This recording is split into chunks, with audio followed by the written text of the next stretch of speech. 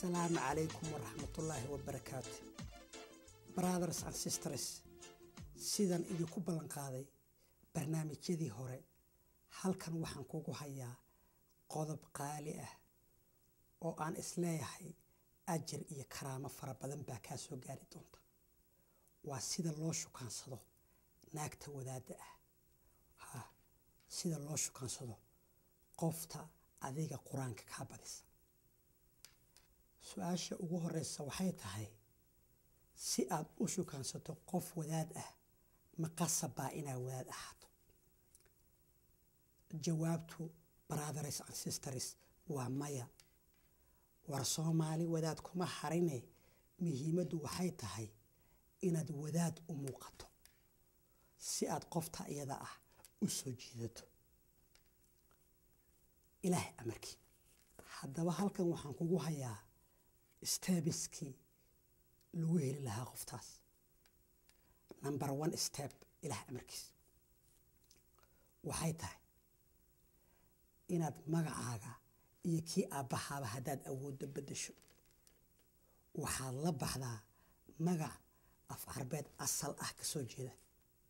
waxaad la baxdaa abu cudeybi aldarmaan alkadaab. ilaahay amarkii.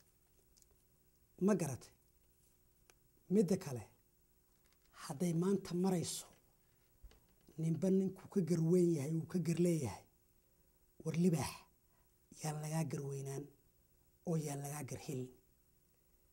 ilaahay amarkii. midda kale make sugar markaad tukanayso salaada inaad makhraati u haysato si qoftu uga warhasho inaad tahay nin salaada awqaafta ah faral u adimoonaya. ilaahay amarkii. waxaa kaloo meesha ku jirta in salaadahan faraha badan ay kaa muuqdaan.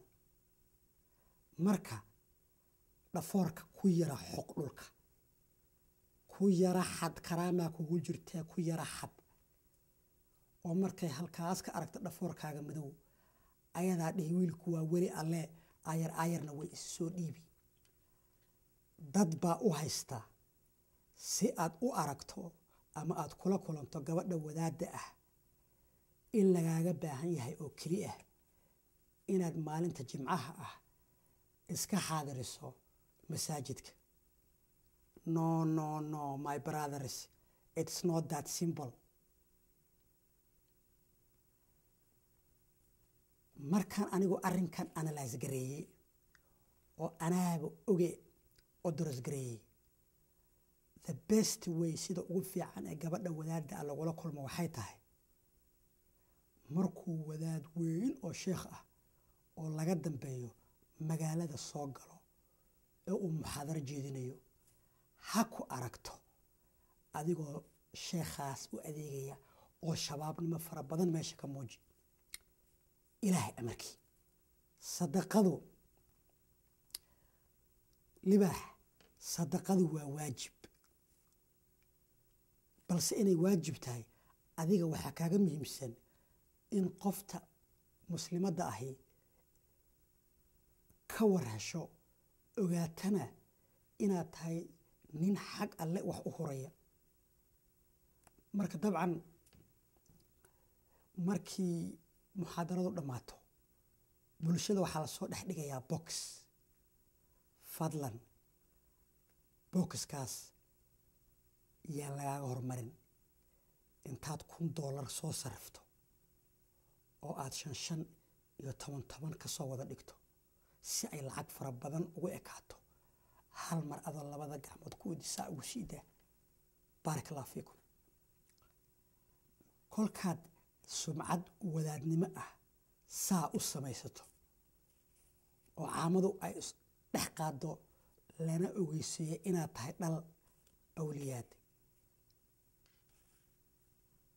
qofta ballami waxaad kula ballantaa hadduu alla raalli ka noqdo mid ka mida waxaad kula ballantaa guriga mid ka mida dumarka telefoonada wax ka wacdiya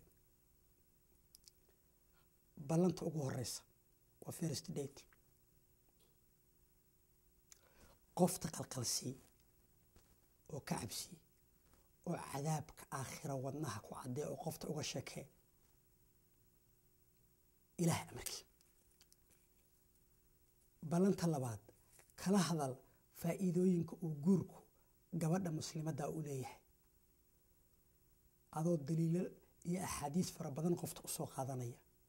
waxaan uga digtaa inay khaatimo ku seeg noqonayso hadday sida kuwa reer galbeedka dib u dhigato ilaah amarkii.